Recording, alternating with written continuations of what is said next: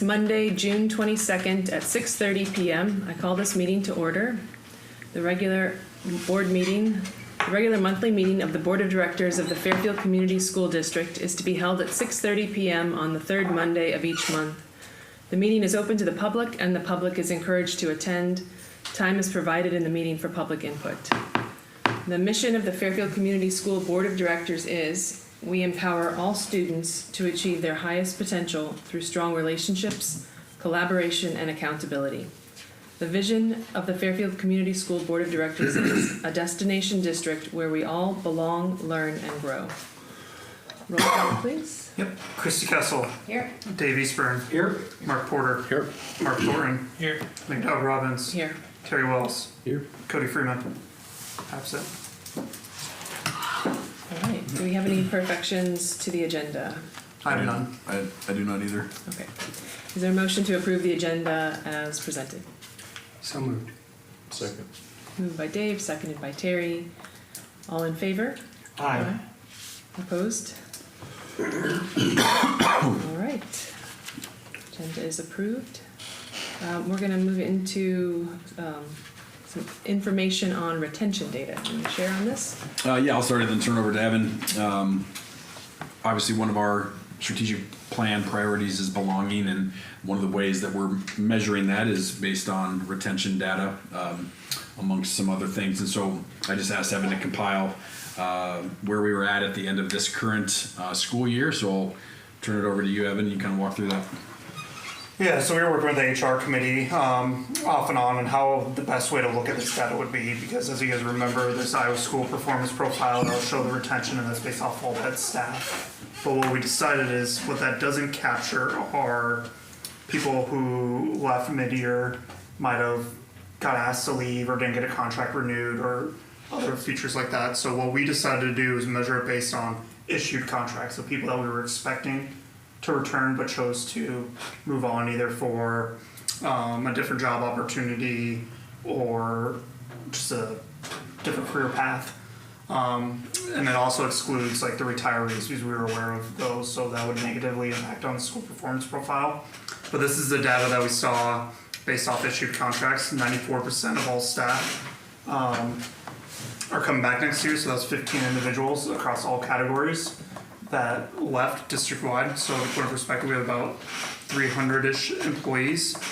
Teacher retention was at 95%. We had 6 teachers leave.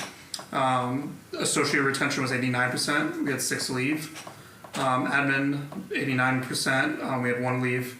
And as we dwindle this down, there's less people in each one of these categories. And then our support staff, so that'd be all the categories: maintenance, secretaries, food service. We had 2 leave and 98% retention on those numbers. So year over year, that's kind of starting our baseline as we measure this out. I was thinking about putting this in our financial health report as we go to, for like 94% all staff, and then just see what we do year over year. That's kind of a lagging indicator plus leading indicator as we measure this out. Yeah, I think it's important just to reiterate what you said. When we get our school performance profile that comes out, every year, there's retention data that's embedded in that, and it won't be the same because it's not calculated the same way. Does that make sense?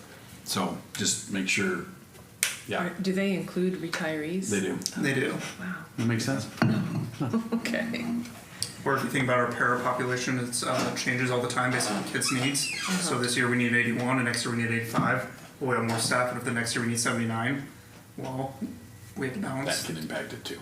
the books, and they show the negative impact on the retention. That's all we had for that.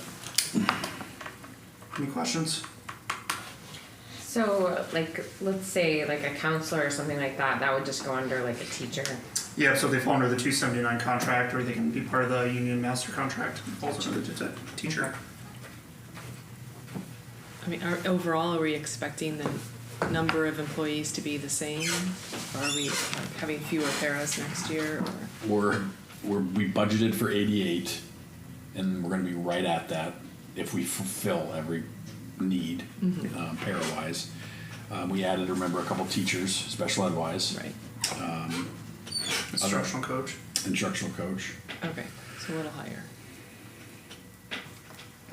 Okay. But that was Yeah. not because we brought AEA dollars back in, so that offset that from a cost standpoint. Any other questions? Do we have a gut feeling for what we're shooting for? Or, I mean, this is the first year, right? So it's not like we This is the have first year we've really done this previous specific. years to look Yeah. at. Okay. I'm sure there's some numbers out there that we could look at as for kind of what a healthy culture would kind of be. I think at the end of the day, when you get everyone going the direction we need to go, I mean, we'd like that to be 100%. I mean, that would be ideal. But there's always going to be the nuances with a move, a spouse move, or just unique circumstances, right? Has there been any consideration about benchmarking this Yeah, we could. to either conference schools or statewide? This would certainly lend itself to some form of benchmarking. Yeah, I think, again, if we're gonna do that, they would have to be calculating it the exact same Yes. way in-house, so, but I could definitely bring that up with some superintendents to see if they'd be willing or able to do that it's not hard, so. Well, we can start with like the school performance profile. We can pull that data pretty easily. So we can have two different indicators, you know, school performance plus how we're tracking it. With That one's much easier to compare, right? Yeah.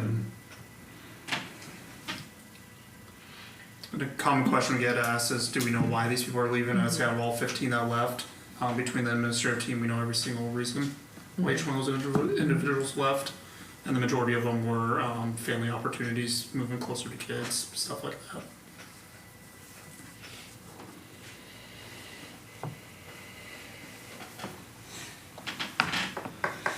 Cool.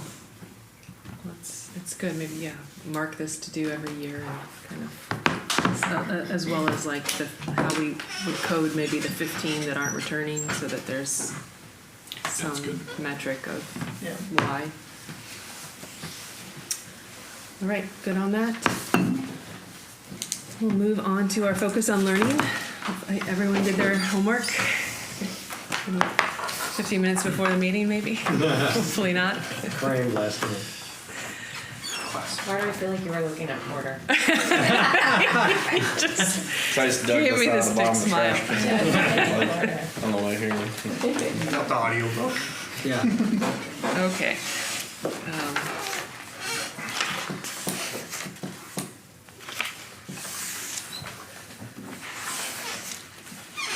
Yeah, we kind of thought this first go around it'd be pretty organic, just kind of going around and sharing some key takeaways maybe that you highlighted. I think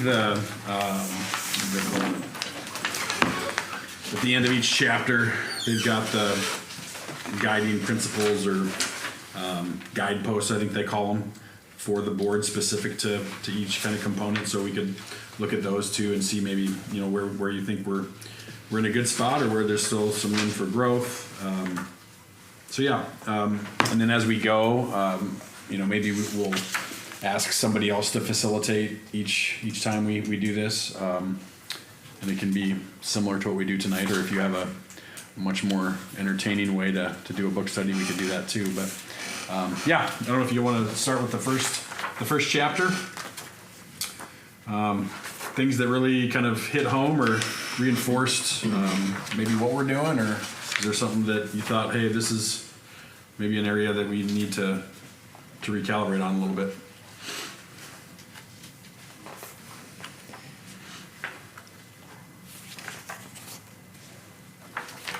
I mean, I really appreciated the, you know, confirmation that setting that high bar. I think in our strategic planning committee, we were talking about, you know, these goals of 100%, and, you know, I think this really kind of hammers that home, like, well, of course we want to set the bar at 100% growth or, you know, 100% graduation rate, because who do we want to, like, excuse from that growth goal if we were to bring them all into the classroom? So I think it's just a really good, you know, reminder, and it's reiterated again and again in here that, yes, setting these goals for, you know, setting these high expectations is, you know, and internalizing that at every level of our organization is really important, so that we, you know, we don't allow, you know, anyone to fall through the cracks, and we can become that destination district. So yeah, I think on that guidepost page,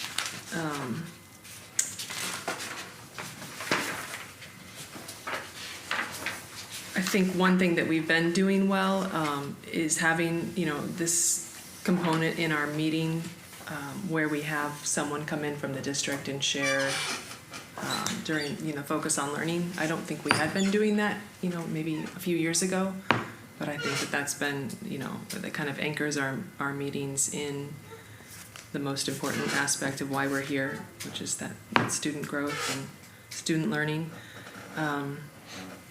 So I think we're doing that really well. I guess in terms of some thoughts I had on what are we not doing. I feel a little like gap in understanding curriculum and knowing kind of what we're doing curriculum-wise. And also how we can discuss and digest the data that we're getting, or are we getting the data in a way that we can understand? And maybe that comes down to also having more student goals and really getting clear on what the goal is telling us about growth. I know that student growth goal is really important, but I kind of want to break it down a little bit more so that it's like students that are growing, that are efficient, or proficient rather, proficient and growth, not proficient and growth, and then, anyone that's proficient but not growing, I guess, might be the categories I feel like would be helpful to understand. And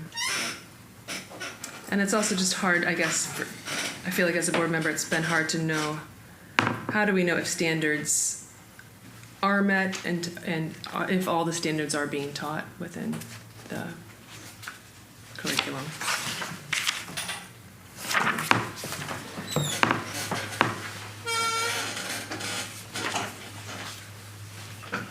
One thing I was going to say is in the Lighthouse study number 1, the thing that I appreciated is the difference between school board members in high achieving districts and school board members in low achieving districts.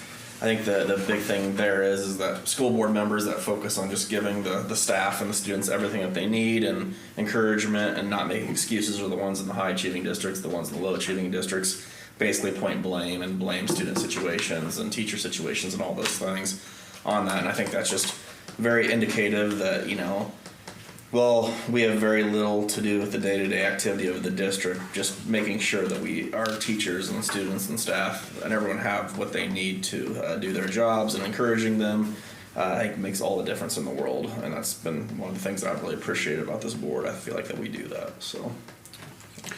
Yeah, I would jump on that too, Mark, and just echo what we heard as a team of 20 plus last week at our conference. It aligns so directly with this.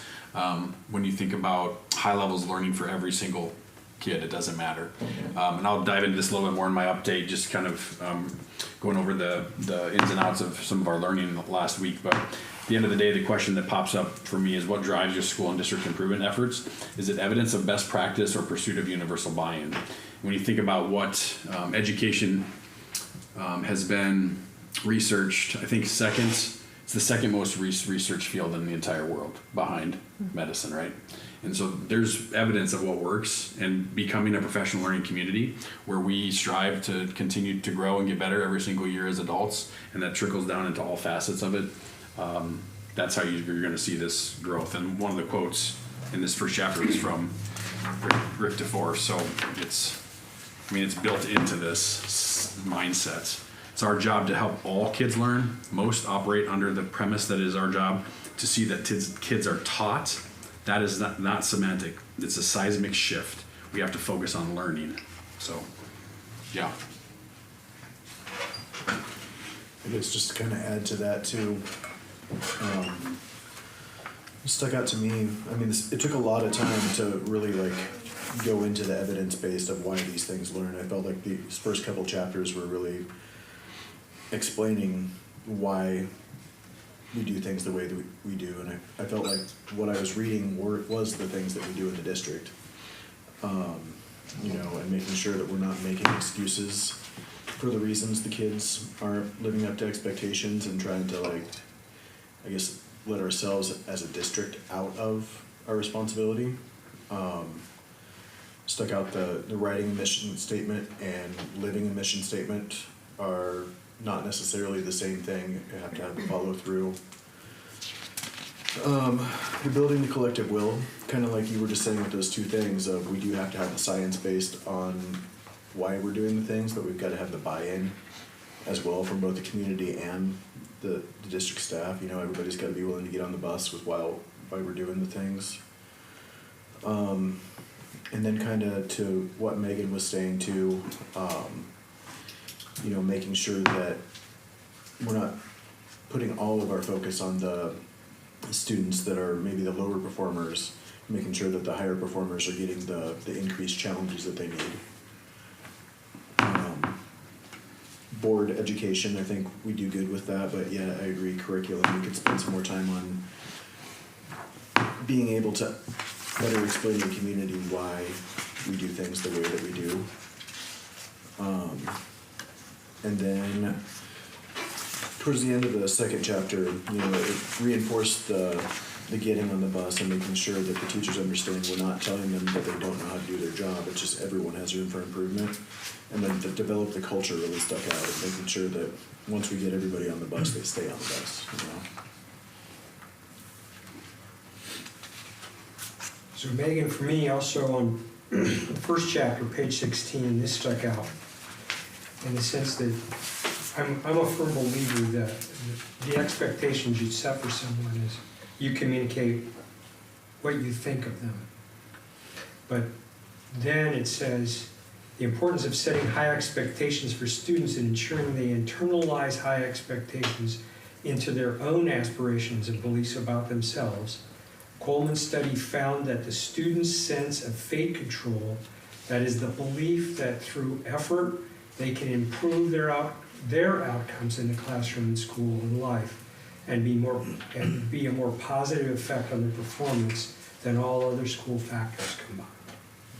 And it goes on to say, high standards can even demotivate students if students don't believe that they can meet the bar set for them or see the purpose in achieving high expectations.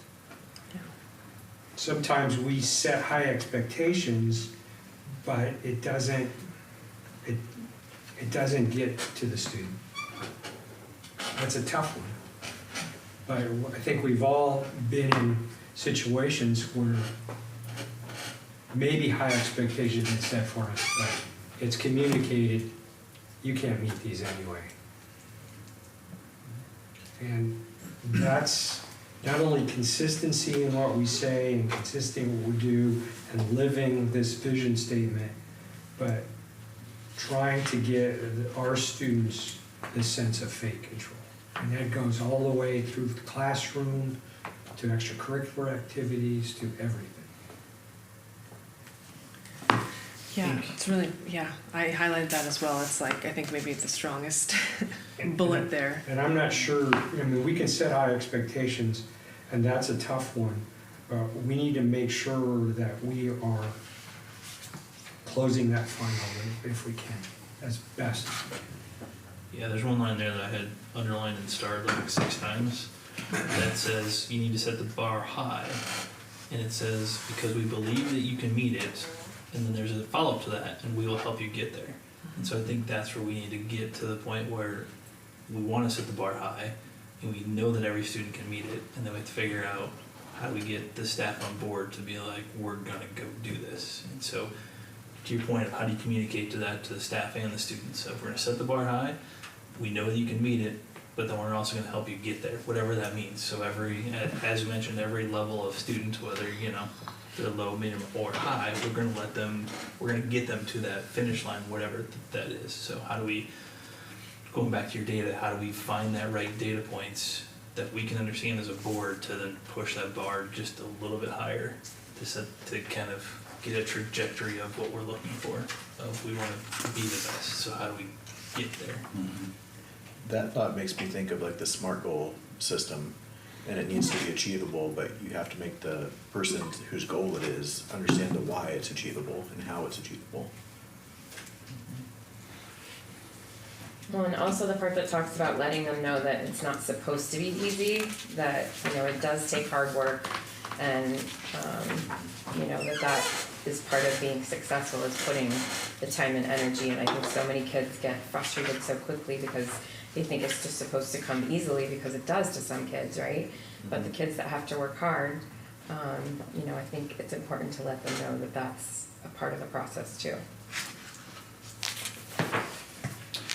There's a point, still on page 17, that says, and to gather simple data that tell them whether they are getting closer to a goal.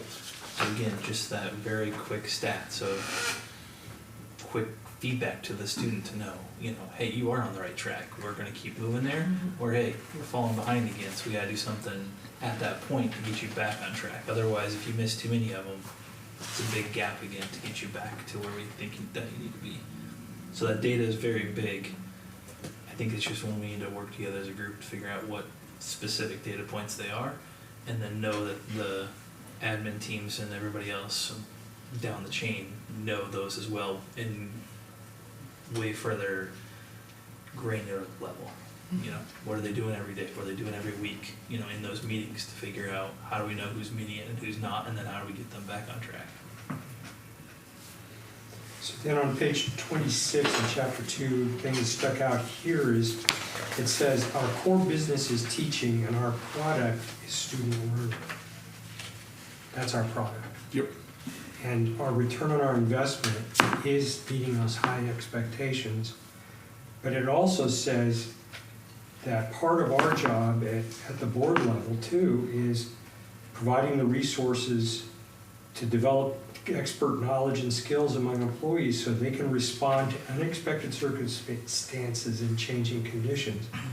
And they use this development of professional expertise so that teachers, like pilots or firefighters, can respond to nuanced or unexpected circumstances, such as students who need additional support to read at grade level. So we have to make that investment, and the return on that investment is meeting those expectations and proficiency.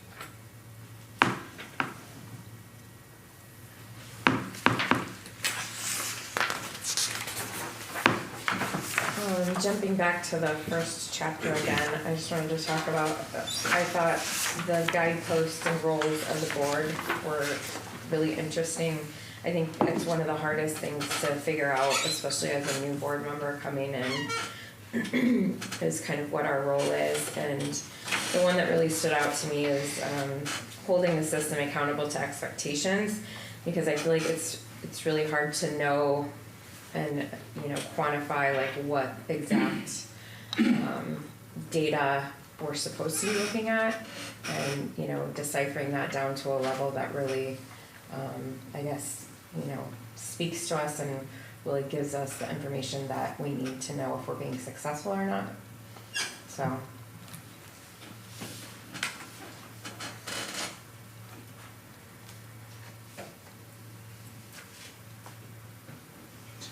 And one thing I kind of along those same lines is when I was reading this, not that we're doing this, but it's also like we need to be upfront with if we do see declines in data, like we don't want to fluff that to make it look like it's being better. Like we want to be honest about that so we can pinpoint that at that point so we can try and correct it then versus us getting down the road and having a bigger gap to try and narrow it. So as we're having those conversations, like no judgment, let's get the facts so we can make changes as we move forward.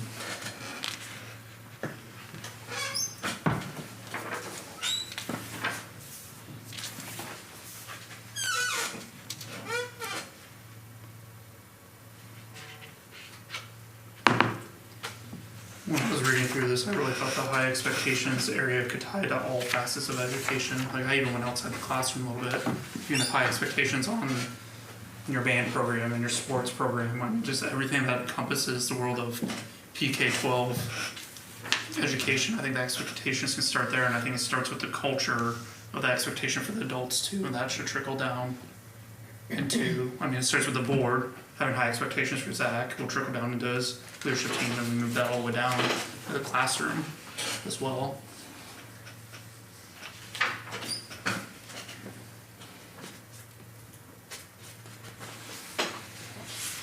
Yeah, I think the uniqueness around setting high expectations and holding people accountable to those, but also creating an innovative, fear-free environment or workplace is really important. So doing that in tandem that's a hard task to do, because you want people to step out of their comfort zone and try new things that are evidence-backed or research-based, but maybe they haven't done them before.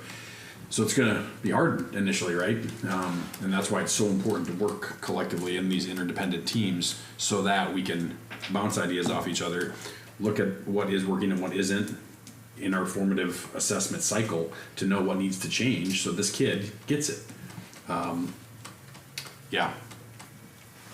And I think just one last thing is, so to Christie's point, one of the reasons why this retention data is so important is that if we get quality teachers that are successful in the classroom, that are doing this, and we invest in their professional development, we have to retain them.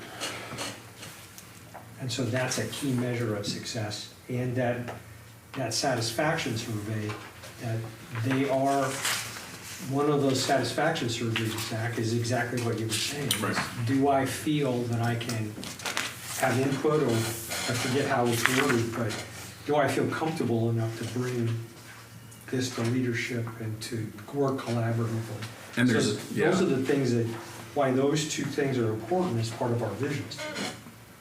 Yeah, and you think about autonomy. There's individual autonomy as a teacher, as a practitioner, but then there's team autonomy. And we really want these teacher teams to be as autonomous as possible, because they're the ones that are serving kids, whether it's in a 4th grade collectively or a ninth grade, whatever it is.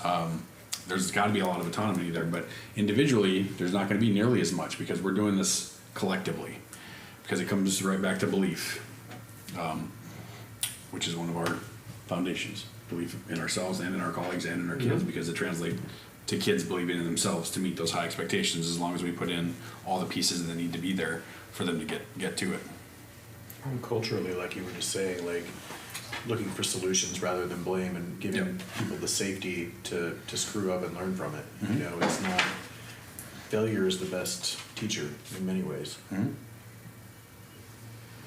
Yeah, I think just as important as identifying those students that aren't, getting it, is also identifying those teachers that aren't, maybe teaching in the way that, they need to be teaching. Yep. One of the things that stood out to me is a highly effective teacher can deliver 18 months of learning over the course of a school year, whereas a highly ineffective one only provides 6 months of learning. I mean, that's a huge difference.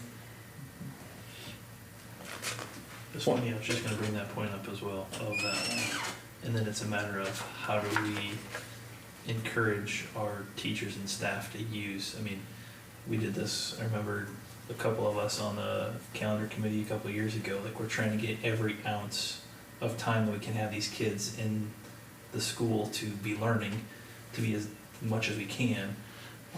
So we need to make sure that we're using the day fully, even on those early outs, it's easy to get into a habit of, well, it's half a day, we'll figure something out, where it's like, we need to use every one of those to this point here, that how effective are we over the course of the year? You take that over even a trimester, it's a lot of time, a lot of, I don't want to say wasted time, but a lot of time that we can keep improving and use every minute of that day to make every student that much better. If we can just raise them that bar.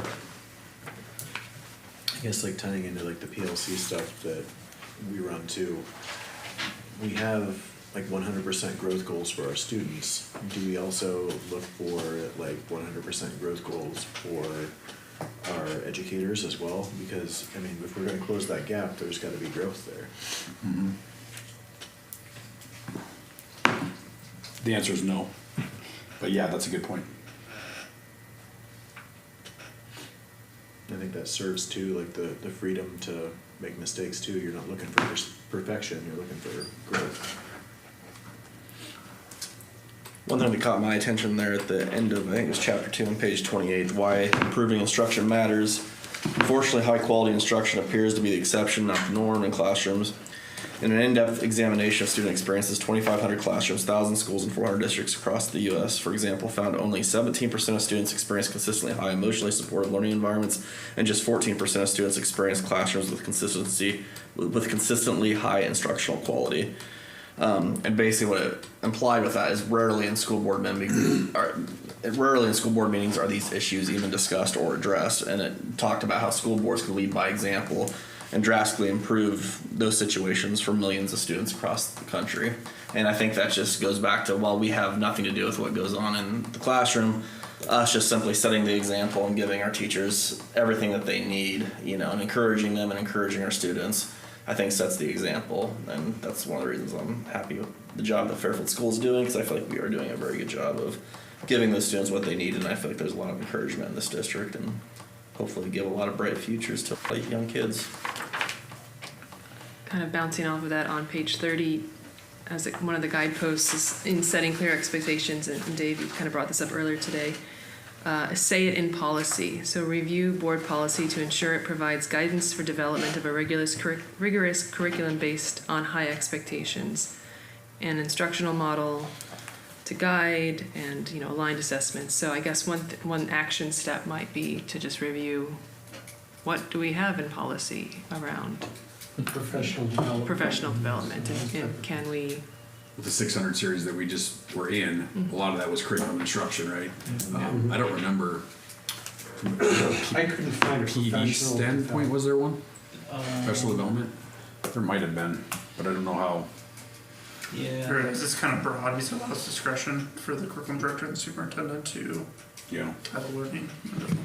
Yeah, we just had one on the curriculum and how often we review it and the bars, and Heather gave a good explanation of how you guys have created kind of a matrix of when we're To reviewing vet. what and things like that. So that was, that Yeah, was reviewed. I guess I just don't feel like we're tied into it in any way yet.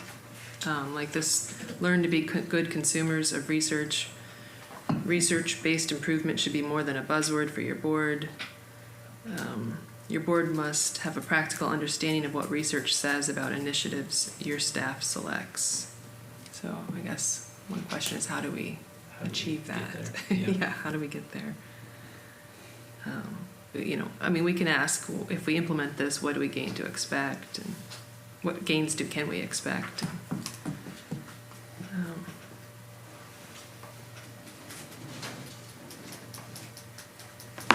Yeah, that was something, one of the superintendents that I said, she's been a superintendent for 16 years.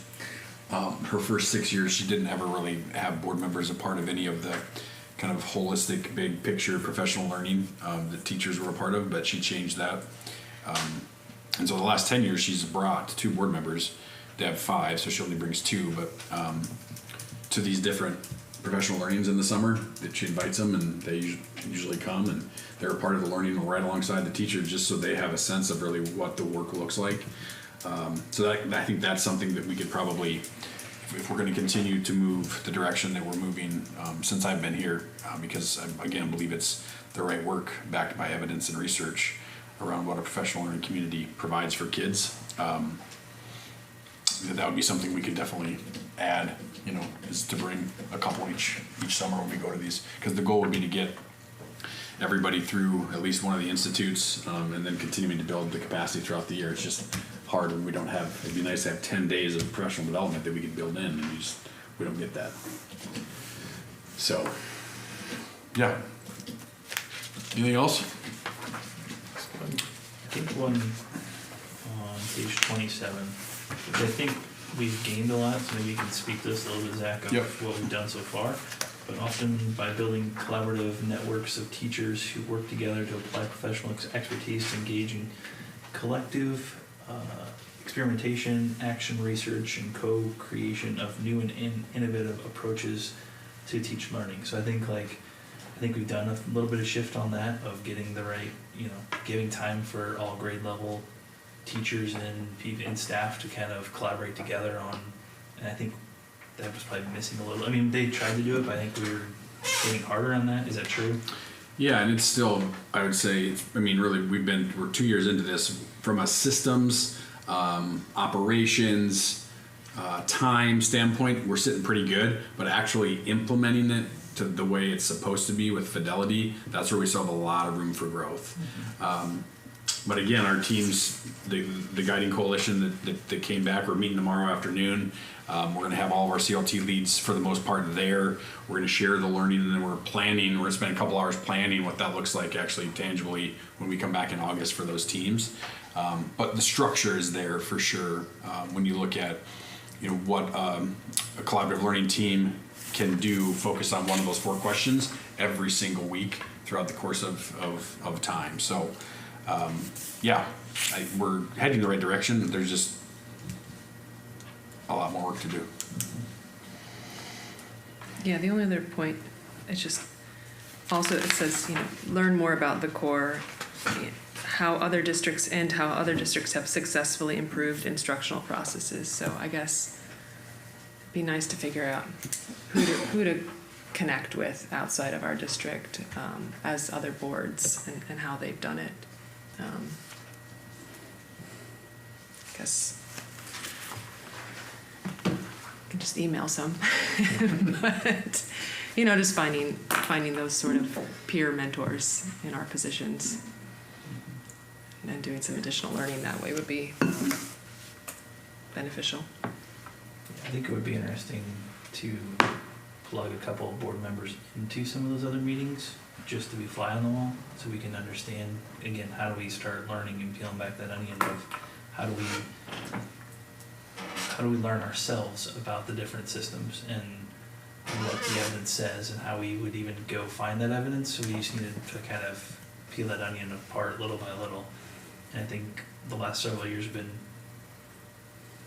making change, and now that we're, I think, in the right direction, now we just need to get deeper, I think, into that and still have that separation of steering the ship versus,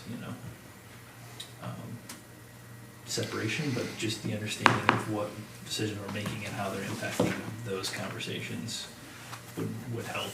How that actually executes, I'm not quite for sure.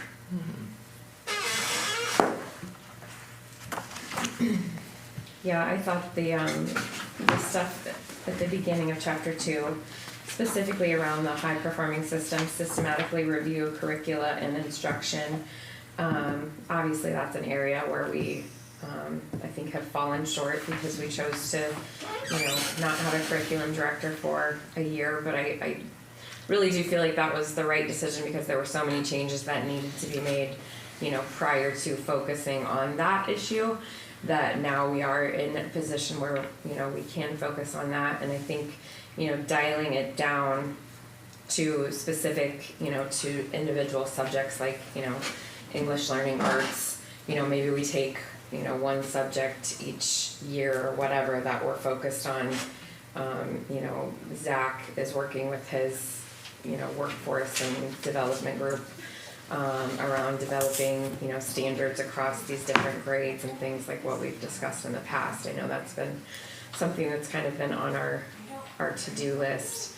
But yeah, I think there's a lot that we could do as a board. Even when we first started, I know Megan, one of your passion projects was the whole Spencer Reed's thing, which I always thought was a really cool idea and something that could definitely generate some positive momentum around our school and our community, and just embracing the whole idea of getting our kids where they need to be as far as reading goes. So Yeah.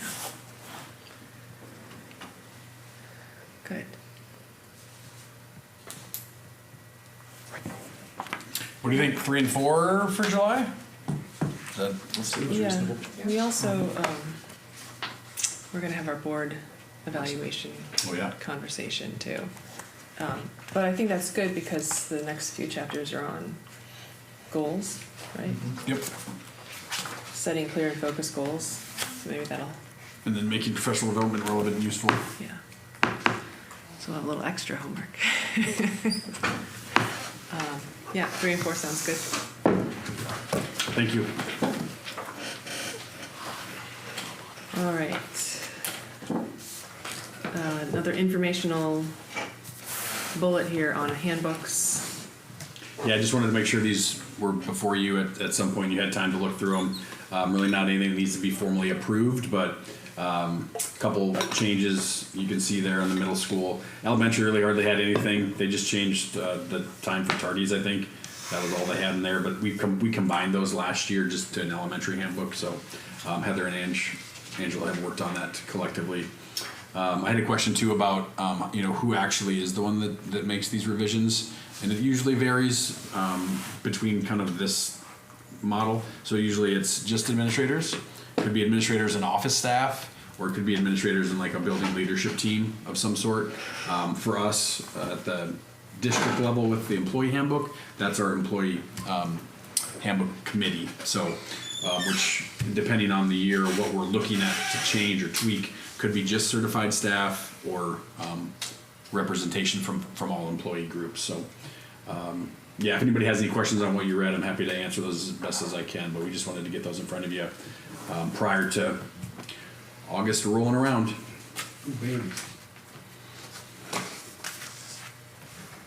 Is the goal to how often to review these though? Really every year. Every we year, should, but yeah. we hadn't in the last, or we kind of working No, in we it. reviewed them. We did, okay. There was a big update last year. On Yeah. the district Okay. one. Yeah, the Still district remember one, all of we these. subtracted like 20 some pages. Okay, thanks. Yep. Okay, committee reports. Each committee chair will share a 2 to 3 minute update connected to their work. Mark Thornton, would you like to start on policy? Policy committee met Friday, June 12th, and finished off the 600 series. Again, we had Heather there for that one for her input as curriculum director, modified role. Had lots of great discussion again on all the rest of the 600 series, so you'll see all of those. We'll have the second reading for the first part that we did last month, and then you'll have the first reading for the ones that we did this month. And we had a fun discussion about AI. That one was in this section, and I think as a group we kind of agreed upon the policy about AI and where it sits now, and we agreed that we'll probably review that one more frequently, just because AI is changing so differently of how we let students use it, how we let teachers use it, and the enforcements around there. So that's it. Great, thanks. Strategic planning. Christy, you were absent, so let me just pull out my notes.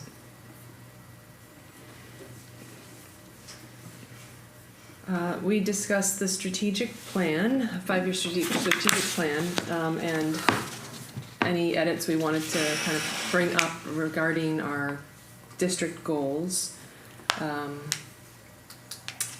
One thing that came up was around the 85% of all students in grades 3 through 12 will be proficient by 2030 in ELA, math, and science, and we talked about maybe putting a stair-step goal in there between now and then. We also talked about the belonging goal, if there's something else we might add. We felt good with our financial health goals. And then in terms of the facilities, we were going to bring one of the action steps in as the goal. The action step number 1, ensure all district facilities are safe, modern, and adaptable learning environments that support student success and community use. So I guess we can talk about this a little bit more next week too. But Yeah, and then I for brought next month. that to the admin table. I think it was the very next day to get some feedback from them. So there's a couple other little things too. And then we talked maybe about a work session in the next 2 months around the strategic plan, so we can get whatever revisions kind of finalized and then approved, hopefully by September at the latest, maybe October if there are changes. So Yeah, so that was the plan. We also spoke about next steps with an academy. Results seem to indicate more interest in a business academy from the students. So we were going to take some steps in that direction. We talked about Pathfinders. There's a roadmap that we've established with the grant writer at Pathfinders. So there's, I think, a chart of possible grants to apply for, and you guys are meeting again, and she's going to work towards those goals. We also spoke about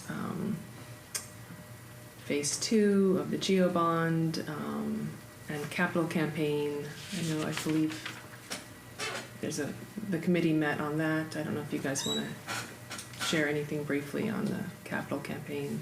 Sure. Okay. So Dave and I met last week.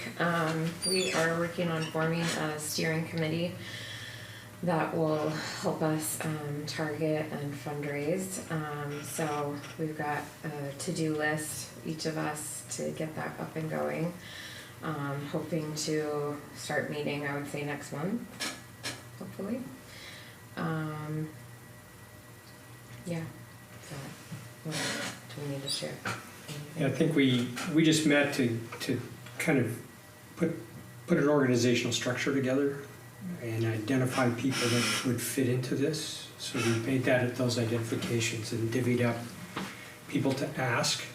I think two of our critical things that need to be done at the beginning as part of the organization that we identified was meeting with the Fairfield Education Foundation to make sure that they're briefed and agree with the structure that we're going to provide as a pass-through or possible borrowing against pledges, those kind of things that they're briefed in.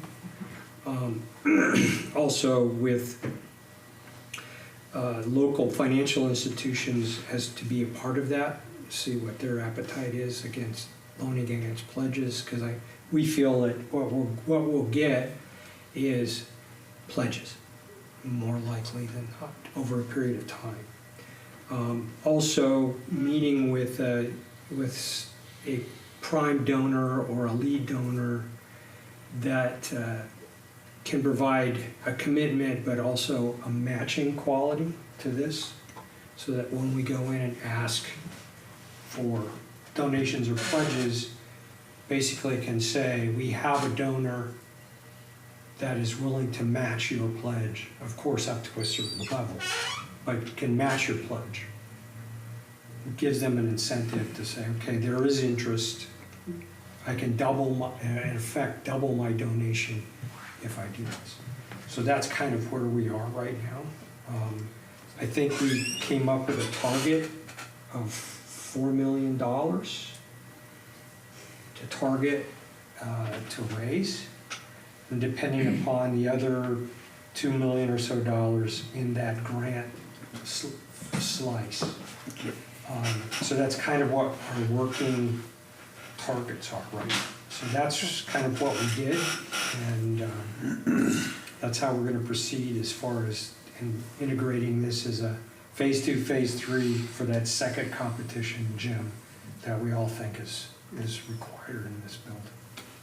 So I think the other two key components are, just getting kind of a breakdown from Chris of what this project looks like, because obviously I think people are going to want more details as far as like what does this consist of, and how much is each thing costing, and that kind of a breakdown.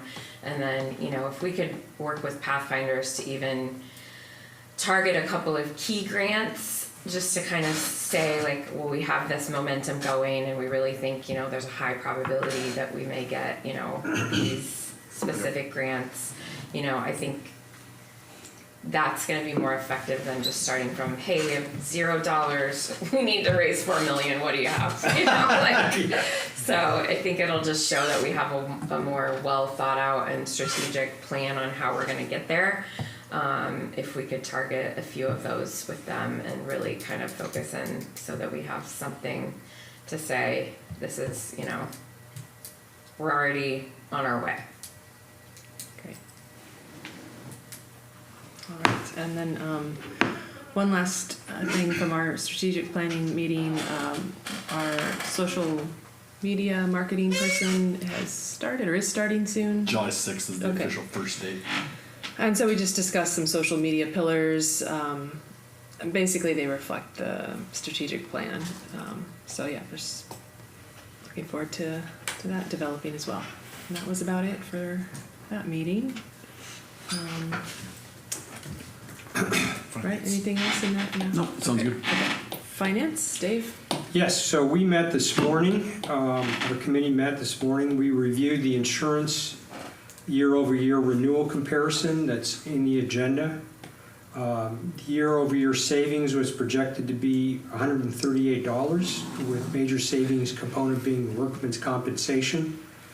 The factors identified contributing to the decrease in workman's compensation insurance are, number one, better identification of hazards and mitigation of potential accident areas, clarity and establishment of procedures for injury reporting and assessment, and automatic adjustment from falling off of past large claims in the look-back period.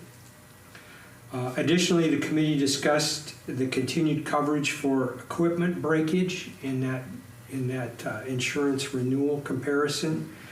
The major risk areas were identified as HVAC and mechanical equipment, with potential savings of $183,000 to discontinue the coverage.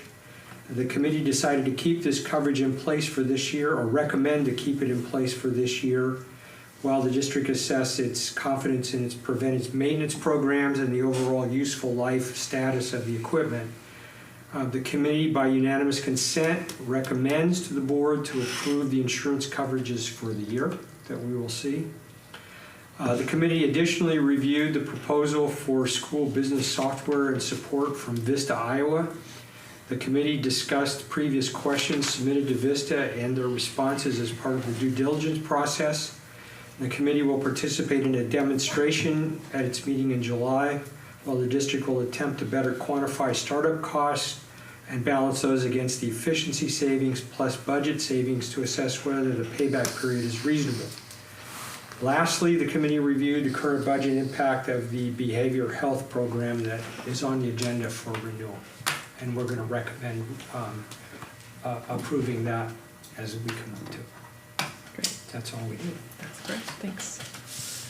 Operations, Yep. Mark? We met on Thursday, I think it was June 4th, at about 4 o'clock in the afternoon, and it was a pretty simple meeting. Pretty much what we went over was just the schedule for all the summer projects that we already approved, and then went over a few changes they had coming down the pipe. One of those was the walking path at Pence. Originally, that was projected to be an asphalt walking path. They decided to switch that to concrete. I think it was estimated it was going to cost around $1,000 extra to do the concrete, but they're also estimating that that'll last 10 to 20 years longer. Was that only $1,000? Was that right, Evan? Or yeah, is that all the more it was? Okay. That was one of the things that I think there was also is the parking lot on the north side of Pence as well that they're switching to concrete as well. Correct. Yep. Okay. Basically went over just that and a variety of other things schedule-wise that's going to be coming up. We also went over the envelope study at the middle school, kind of talked about that and how that relates to the GO bond and how we're going to project to tackle the middle school project. Also discuss the GO bond and how that'll differ from the previous GO bonds depending on how everything else kind of works out here. We also talked about the track at the high school starting to get into be pretty rough shape. I don't think that was originally part of our capital improvement plan for this year, but I think we're going to try to get that squeezed in. It is going to cost around $83,000 to redo the track at the high school, but I think from a safety standpoint, I think they determined that needs to get done. I think it's going to be the first time that we have replaced that in 13 years. So I think they're looking to tackle that this fall, and they're going to try to target a 2-week time period when the football team's not going to be there. So hopefully it doesn't get in the way of any current activities. We also discussed the current vehicle situation in the district. They recently purchased one new van, and they're looking at another van. I think that's kind of big ticket purchase items. Also talked about the bus lease. That's going to be coming up in 2027, so we're going to have to really do our research a little bit and allow them to kind of give us some information on how to move forward from there. So there's several things that's in discussion right now, but they're talking about maybe keeping half the buses and renewing the other half of the buses. Also going to have to decide, do we want to continue? Right now, most of them are currently gas, correct? Except for a couple diesel buses, correct? Going to have to decide if we're going to want to stick with gas buses or switch to diesel or vice versa. So anyways, we'll have to do a little bit of research on that and come to a conclusion on that here in the next couple of years. Also discussed kind of how the transportation department went this year. Of course, remember this is the first year they got rid of the hub that they've had for multiple decades in the district, and discussed how that went. And I don't know. Like I said, I think for the most part, I received positive feedback on it. And like I said, if anyone else didn't receive positive feedback on that, I'd love to hear what you had to say. And please, give that to those guys so that they can take that into consideration moving forward. But overall, I think logistically it makes things a lot easier for you guys. It just takes a little extra time for a few kids that have to be on the bus for a while. So, but yeah, that basically was the extent of it. Any questions? The biggest note on that is the track came in about $200,000 under budget, so that's why we're proceeding with it this fall. Is it The track. the track resurfacing? We had Can't- $280,000 budgeted for it, and it came in at like 87. Why did you have it budgeted so high? Because Because we we thought thought we'd we had- never have to go all the way down Okay. Yeah. and start fresh. Okay. but Yeah. We don't. Yeah. So that's why we moved that forward for the next track season. Okay.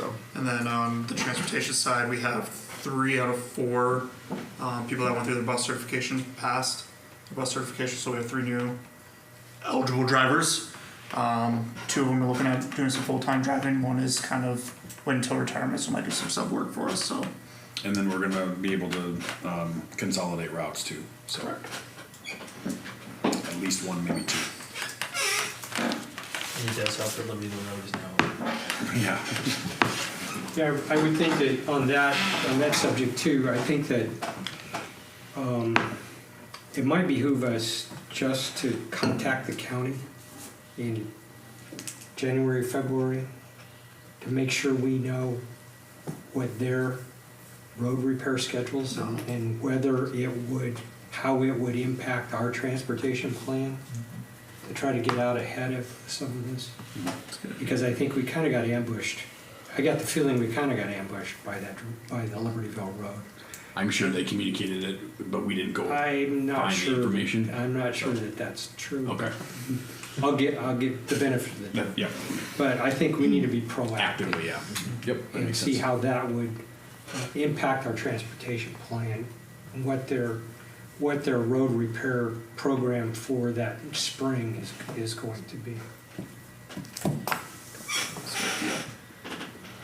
All right, HR did not meet, so we'll move along. Do I hear a motion to approve the consent agenda as presented? So moved. Second. Moved by Terry, seconded by Mark. Any discussion? All in favor? Aye. Opposed? Consent agenda carries. Public, I'll just be, since Evan was out last week, I was doing a lot of the board secretary stuff. So there's things that were under new business that probably should have been under the consent agenda, so I'm sorry for the extra votes, but it's fine. public participation. Do we have any public I participation didn't receive any. this evening? No? Okay, so we'll skip that paragraph. Moving on to new business. 9.1, do I hear a motion to approve the special education service delivery plan as presented? So moved. Second. Moved by Mark Porter, seconded by Christie. Any discussion here? This happens every Should be every 5 5 years. years. Okay. Yeah. I think 2031 is when the next revision and review should be completed by, so. Yeah, Angela did a great job leading this process over the last 6 months. Really created a new caseload rubric that we're going to be using that will help justify how many students and supports that one teacher would kind of oversee, in addition to a couple other little things too. So. Great. Anything else? All in favor? Aye. Opposed? Motion carries. 9.2, do I hear a motion to approve the 2026-2027 school year insurance renewal as presented? So moved. Second. Moved by Dave, seconded by Terry. Any questions, discussion here? All in favor? Aye. Opposed? Motion carries. 9.3, board policies. Do I hear a motion to approve board policies at the first reading? So moved. Second. Moved by Christie, seconded by Mark Porter. Any discussion here?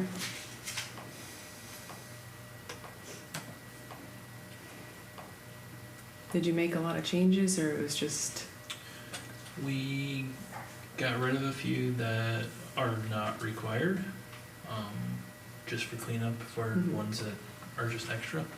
And we went a lot of the other ones to IASB verbiage, mhm, but there were a couple that we Mhm. tweaked it to our own okay. ones, but nothing crazy. A lot of us put in a designee, Yes, Mhm. superintendent or Lots of- designee. lots of designates. All right, anything else? All in favor? Aye. Opposed? Motion carries. Do I hear a motion to approve board policies at the second reading? So moved. Second. Moved by Dave, seconded by Terry. Any discussion on these? All in favor? Aye. Opposed? Motion carries. Do I hear a motion to approve board policies for deletion? To delete policy 605.1R1. So moved. Second. Moved by Mark Porter, seconded by Christie. Any discussion? All in favor? Aye. Opposed? Motion carries. Do I hear a motion to set a public hearing for July 20th, 2026 at 6:30 PM in the ACT boardroom for proposed plans, specifications, form of contract, and opinion of probable cost of the proposed improvements described thereby for the middle school expansion bid issuance, number 1 bus loop project? So moved. Second. Oh, Moved by Christie, seconded by Mark. Discussion. I have a question. Did we move our meeting to July 22nd? Will this interfere, or was I misread? So we moved the June meeting to the 22nd, and we moved the July meeting to It's always been the 20th. the 20th. Has it? Third Monday. Okay. I could be. I'm hallucinating. This had to be, I'm hallucinating. Yeah, July 6th is the first Monday, 13th and the 20th. So this would just be the precursor to our January Okay. board the meeting. bids closed on July 22nd. Got it. That's right. Yeah. Yeah. As long as it we was have this hearing. September, This was that- good. Yeah. or whatever. I don't. It was June. Further in, yeah. Yep, got it. Sorry. Nope, that's all right. Okay, any other comments on the public hearing? All right, all in favor? Aye. Aye. Opposed? Motion carries. Do I hear a motion to approve the quotes as presented for the additional outdoor speakers through Quick Alert? Do I have to go through each quote? No. No, okay, so 4 quotes as presented. So moved. Second. Moved by Terry, seconded by Mark. Any questions, discussion here? This is, yeah, just additional safety procedures or protocols that we didn't currently have. People outside have a really hard time hearing things, and so this would definitely help with that. It was already, it falls under, I think John has like $206,000 that he oversees from the reoccurring cost standpoint. So this falls, he still had money left, so this falls underneath that, so it's not anything outside of what we budgeted. And we would make sure at the middle school, where we put it, it's not gonna be something that's gonna have to be moved, 2 years from now, so. Great. Any other questions, comments? All in favor? Aye. Opposed? Motion carries. 9.6, do I hear a motion to accept the renewal as presented for behavioral health allies? So moved. Second. Moved by Dave, seconded by Terry. Yeah, I would just make sure you guys hear this, we say it publicly, we received roughly 430,000? 480,000, what was it? 430. Roughly $430,000 of money back from the state for the high cost claims connected to last year. So that offset the cost significantly, which was way higher than we had in the past. So again, this is something that a large team of people are a part of making decisions around. So we'll continue to do our best to to serve every single student, and we're working on trying to find a way to bring it back to Iowa, to a place in Dubuque, but we're having some hurdles. So, but we're still working on it. So how does that work from a budget standpoint? Does that go towards our special ed Yep. deficit? Correct. All in favor? Aye. Opposed? Motion carries. Who's the motion second on that one? I moved. Terry and Kate, yeah. Thank you.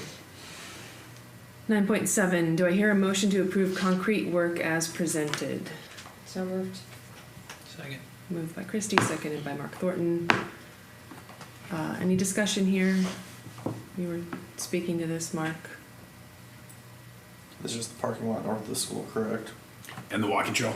Those two. Both of them combined, okay. Now, of course, a good chunk of this is being covered by the fundraising at Tents. Correct. So how does that pencil into this then exactly? It's a split, so we agreed to a number. She's covering 50,000 of it, and then we're covering the remainder of the quote. Okay. And we'll meet again when the bill comes, the completion, and make sure we're aligned. All right, all in favor? Aye. Opposed? Motion carries. 9.8. Just lost my spot. Okay, do I hear a motion to approve the striping quote as presented for the parking lots? So moved.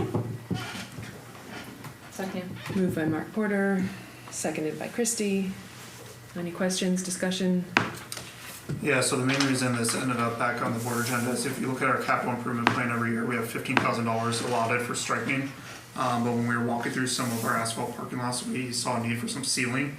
So since it wasn't originally approved for the additional services on the capital improvement plan, we're bringing it back before the board for the striping and sealing. All right, all in favor? Aye. Opposed? Motion carries. That's it for new business. We'll move into superintendent updates. Yeah, first, just ISASP data we still don't have yet. So we were told mid-June, still nothing that I've seen. So as soon as I get that, I'll start working on a report with Heather, and we'll share all of our data. I've got a couple things I'll hit in a little bit connected to growth and proficiency K-8 with the information that we do use, that we have access to, immediately. So I'll get that to in a second. But I wanted to highlight from our work last week. All of our attendees took notes, all the different sessions, and then we used AI a couple different ways to gather that information to share out with more people tomorrow. And then we're going to provide time for teams to really look at planning connected to their plan on a page and how it all connects. So for you guys, from a professional learning community, it isn't a destination that we check off. It's not this meeting time. It's not an isolated program or an initiative, right? That's not what a professional learning community is. It truly is a never-ending permanent process of how we do business. It's the entire school, it's the district, it's all of us. And the true driving force behind this is the teacher teams. They're the ones that are the experts. They're the ones that are closest to kids doing the work every single day. And so there's some shifts, though, that are really hard for people that haven't worked in a system like that, because it's going away from how we were trained, how we learned even maybe as students.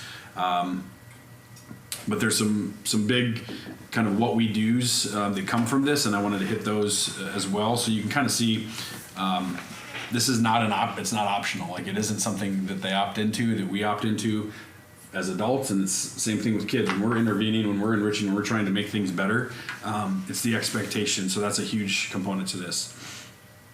The mirror versus the window, I think this is a really unique way to look at this. But when adults continuously look out the window at factors they cannot alter, all those different things, that's something that we don't want. We really have to have the mirror. Why is this kid not getting it? What am I doing wrong? What do I need to do different? I need to go ask people. I need to go figure this out. I need, whatever it might be. and a couple other things you can see there. So I wanted to provide this for you.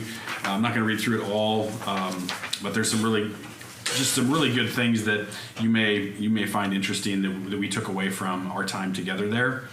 Each day that we were down there, we met after, so we would spend about 8 to 3-ish, 3:15 in different sessions or keynotes, and then we'd have team time. We actually had one of the guys, named Mike Matos. He spent a good half an hour with us, just answering more questions, helping us kind of figure out how we best move forward.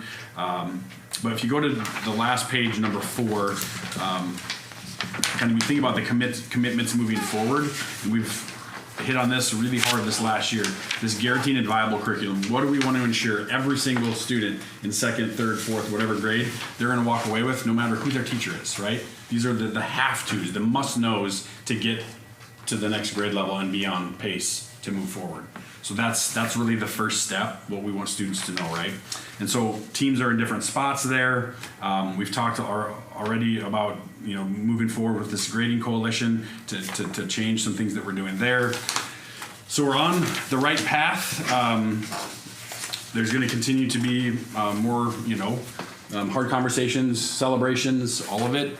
But yeah, we're excited about the direction that we're heading, and this brought a lot more clarity for our teachers. We spent 5 days with our admin team last year in the coaching academy, so our principals felt pretty good for the most part, but now we have another 20 people that really feel excited about the process and how we're going to continue to move forward. So wanted to give you an update there. Again, this is not the Fairfield PLC Master, I don't even know what that word is, compendium. That was AI, so just so you know. Any questions on that part? So how many people from each building went? Yeah, so we had 3 from Washington. We had 6 from Pence. Middle school probably had 5. High school probably had 5 with both administrators. And then, yeah, we had all of our administrators except for Andy and Carly. Great. Yeah. Quick student data. I'm going to give this to you. I can share this with you later too if you want. But so this is again specifically. I'm going to go proficiency from fall to spring. Building. I'm just going to go building total. So Washington, 47% were proficient in the fall in literacy. And again, that takes into consideration a couple of different things. But 47% proficient to 55% proficient.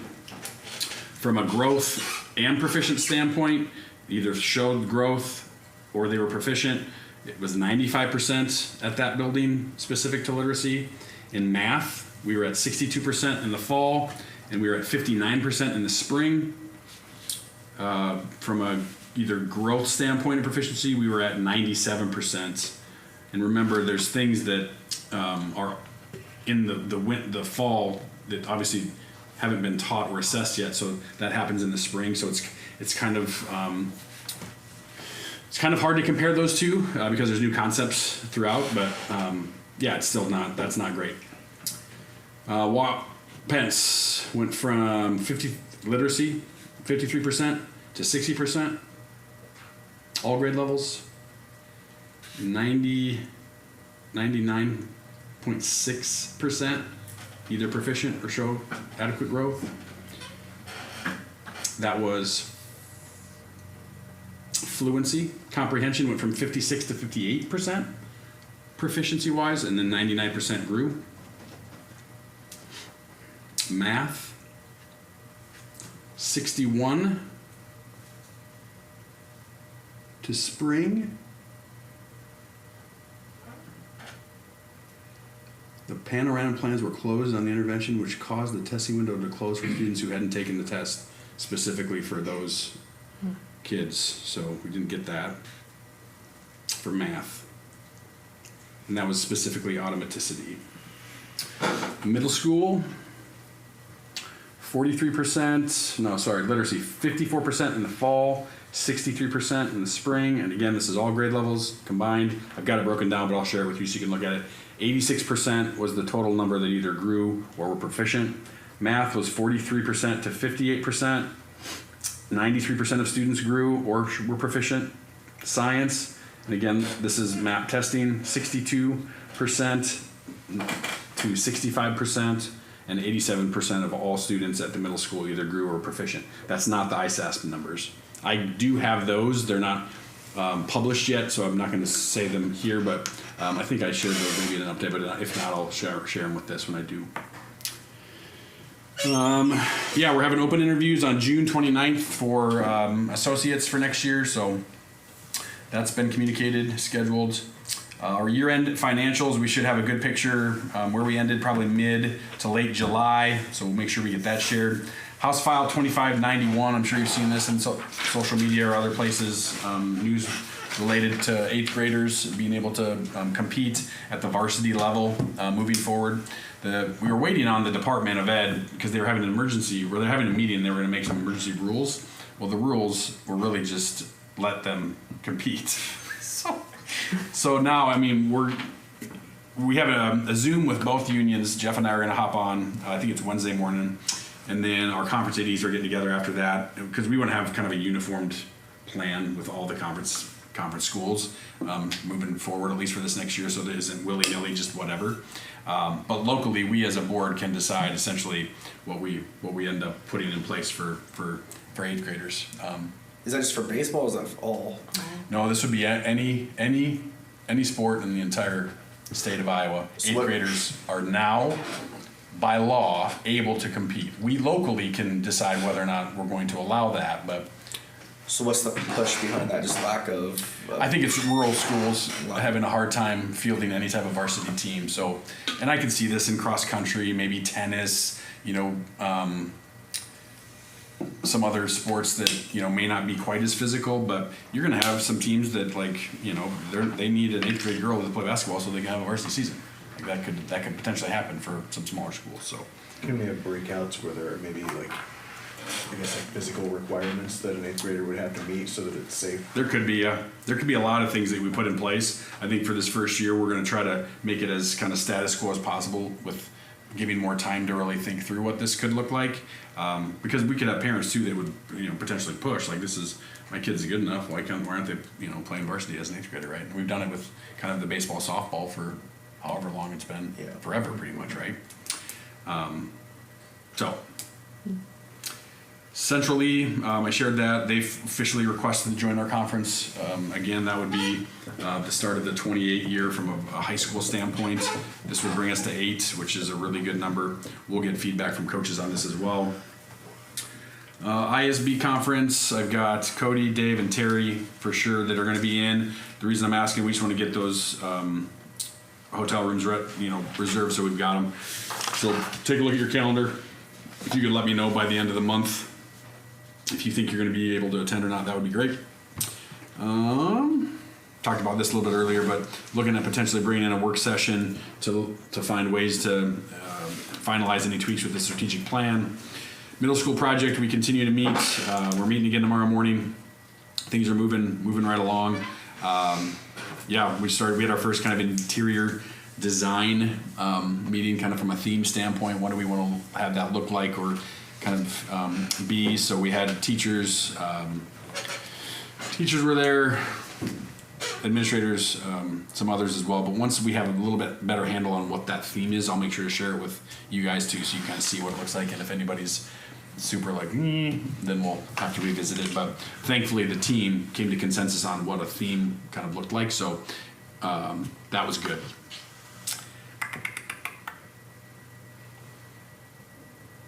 Yeah, just to want to make sure publicly, we had someone speak last board meeting. She's here again tonight. And yeah, I just want to make sure you guys understand and know that we are going to be meeting with our secretary starting in the fall, probably mid to late October, to start the process of looking at wages, same way we did with our paraprofessionals. So making sure that you guys know that, because I know it's hard when you can't interact or kind of share what we've talked about already. And then finally, July 8th, we've got all of our new teachers and administrator will be on site in the morning. Doing all the just not fun stuff about getting a new job, so get that out of the way before they come back in August. So Great. that's all I got. Good. A lot. Highlights. Who would like to start? Mark? Let's see. Oh, you caught me off guard there. I think my highlight. Oh boy, I have to think tonight. What would my highlight be? I think it'd have to be. I think the walking trail at Pence. I think it's pretty neat that they were able to pay for the bulk of that through all the cookie dough sales. I believe it was. I think that we have a lot of thinking. We have a lot of thank yous to do to a lot of parents and a lot of kids that put a lot of hard work into doing that. Helps us out with our budget a lot, and it was pretty great that all those people took the initiative to put all the work into getting that paid for. So I think that'll be my highlight. Great, thanks. Gary? I kind of enjoyed the focus on learning today and like having time as a board to sit down and like learn how we could grow and do our positions better and support the district. Yeah, awesome. Dave? My highlight was we did make our first presentation June 18th with the Jefferson County Democrats. We had a nice crowd, I thought. 18, 15. Nice number and nice number. attitudes, Nice number. Jack made the presentation and I jumped in a couple of times. It was very well received. We had some great questions.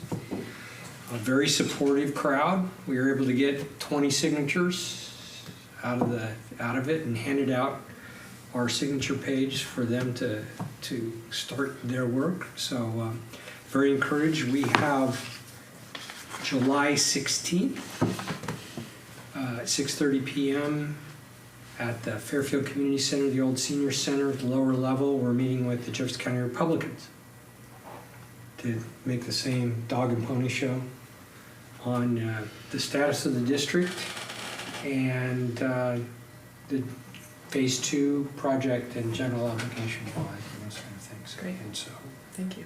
we started that project. So if anybody else has any other groups or any other things that you'd like to do, I think we can contact Zach and get it on the calendar and we can go meet. So time is short. We're gonna need to get out ahead of this. So I had a really good time. I think Zach made a great presentation. It was very well received, and so I think we're off on a good start. Is the website up for the bond? Not yet. Not yet, okay. Sorry. We have to. I can fill you in. It's okay. Mark? I would have to say kind of a book study. I think it's good for us to just dive in and talk through some principles for us to live by. I think that also pushes us hard to raise our own bar, to learn how we're going to help teach ourselves what we need to learn to keep the district raising their bar. So it's good to finally be in a building phase of rebuilding things up and raising the bar. Great. Christy? I will second what Mark just said. I think this is going to be a great resource, like I said, especially for newer board members as they come in to just have some sort of guidance as far as where your energy should be focused. I would also say it's really exciting to hear about the learning going on from our admin and their staff, and just the positive momentum coming back from St. Louis and what they learned, and being able to take that back to the rest of our staff. So It was kind of fun too because the Tuesday night was Teacher Appreciation Night at the Cardinals game. So they had these deals for teachers. They got sweatshirts, drinks, tickets for all a pretty good price. So and everybody went. So that was kind of fun too. So, Excellent. Fun time. Yeah. Definitely echo the book study. I think, I feel like it's just really exciting that we're thinking, and this way of thinking about development is just so motivation oriented and oriented in something that everyone should want to happen. So it's like an easy buy-in, right? We want to help everybody.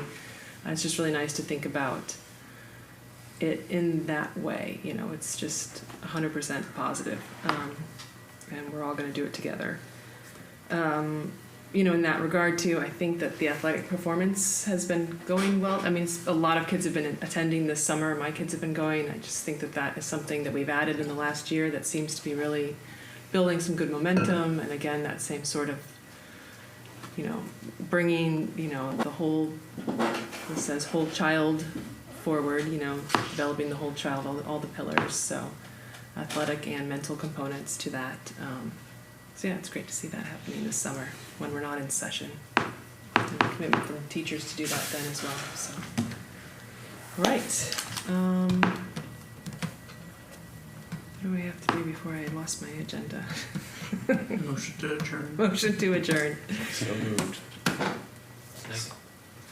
Moved by Terry, seconded by Mark. All in favor? Opposed? We are adjourned at 7:55 PM.